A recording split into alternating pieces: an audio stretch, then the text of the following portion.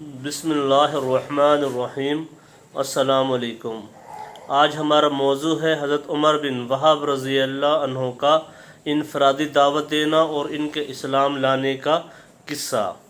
حضرت عروہ بن زبیر رضی اللہ عنہما فرماتے ہیں کہ غزوہ بدر میں شکست کھانے کی پریشانی کے چند دنوں بعد کہ عمر بن وہب صفوان بن امیہ کے ساتھ حطیم میں بیٹھا تھا۔ عمر بن وہب قریش کے شیطانوں میں سے بڑا شیطان تھا اور حضور صلی اللہ علیہ وسلم اور آپ کے صحابہ اکرام رضی اللہ عنہم کو بہت تکلیف دیا کرتا تھا، اور مکہ میں مسلمانوں نے اس کی طرف سے بڑی تکلیفیں برداشت کیں، اور اس کا بیٹا وہب بن عمیر بدر میں مسلمانوں کے ہاتھوں گرفتار ہونے والوں میں تھا۔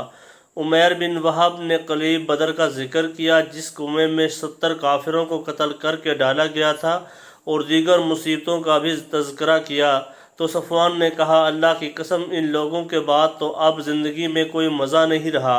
عمیر نے کہا، تم سچ کہتے ہو، اللہ کی قسم اگر مجھ پر قرضہ نہ ہوتا جس کی ادائیگی کا فی الحال میرے پاس کوئی انتظام نہیں ہے، اور اپنے پیچھے بال بچوں کے ضائع ہونے کا خطرہ نہ ہوتا، تو میں ابھی سوار ہو کر محمد علیہ السلام کے پاس جاتا اور نعوذ باللہ ان کو قتل کر دیتا، کیونکہ میرے لیے ان کے پاس جانے کا ایک بہانہ ہے، اور وہ یہ کہ میرا بیٹا ان کے ہاتھوں میں قید ہے۔ صفوان بن امیہ نے کہا اس موقع کو غنیمت سمجھا اور کہا، تمہارا قرضہ میرے ذمہ ہے، میں اسے تمہاری طرف سے ادا کر دوں گا۔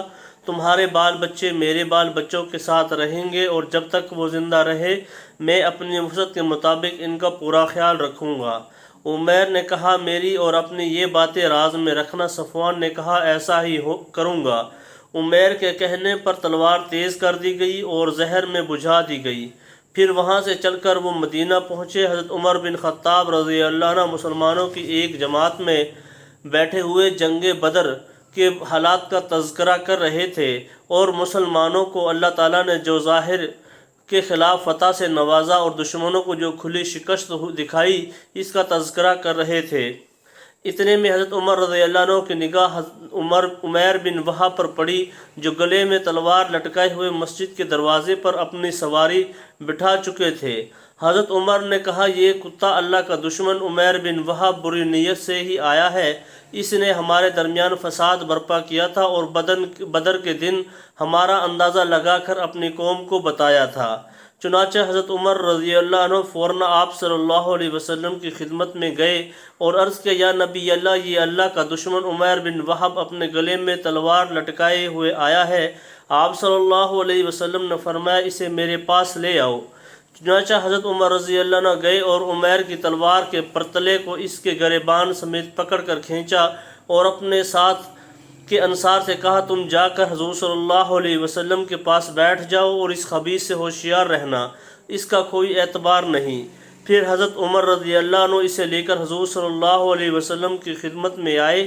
جب حضور صلی اللہ علیہ وسلم نے دیکھا کہ حضرت عمر رضی اللہ عنہ نے اسے پرتلے اور گریبان سے پکڑ رکھا ہے، تو فرمایا، اے عمر، اسے چھوڑ دو۔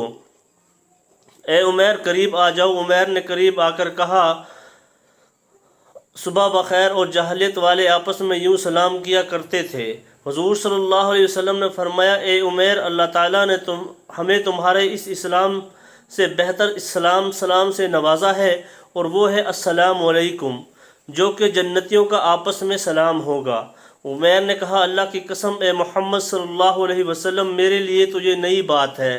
حضور صلی اللہ علیہ وسلم نے فرمایا، اے عمیر، تم کیوں آئے ہو؟ اس نے کہا، میں اس قیدی کی وجہ سے آیا ہوں جو آپ صلی اللہ علیہ وسلم کے ہاتھوں میں قید ہے، آپ اس پر احسان کریں۔ آپ صلی اللہ علیہ وسلم نے فرمایا، تو پھر گلے میں تلوار لٹکوانے کا کیا مقصد؟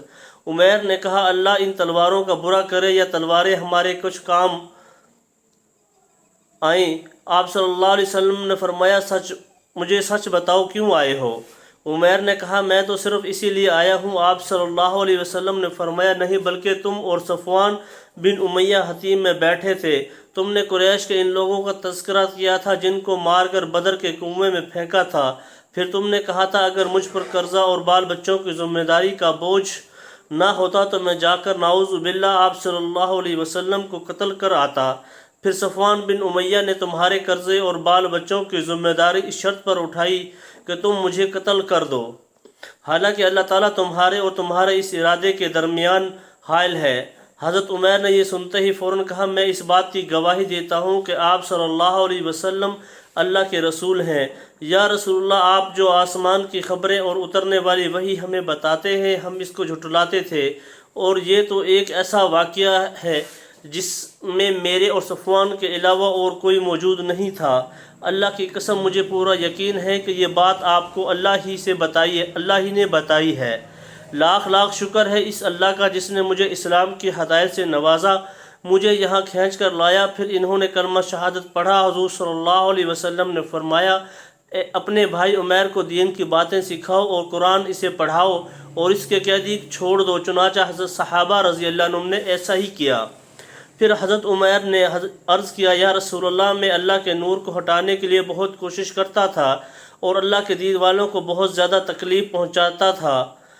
میں یہ چاہتا ہوں کہ آپ صلی اللہ علیہ وسلم مجھے اجازت دیں کہ میں مکہ جا کر مکہ والوں کو اللہ رسول کی طرف اور اسلام کی طرف دعوت دوں۔ امید ہے اللہ تعالیٰ انہیں ہدایت دے دیں گے، ورنہ میں ان کو ان کے دین کی وجہ سے ایسے ہی تکلیفیں دوں گا جیسے میں آپ صلی اللہ علیہ وسلم کے صحابہ کو دین کی وجہ سے دیا کرتا تھا۔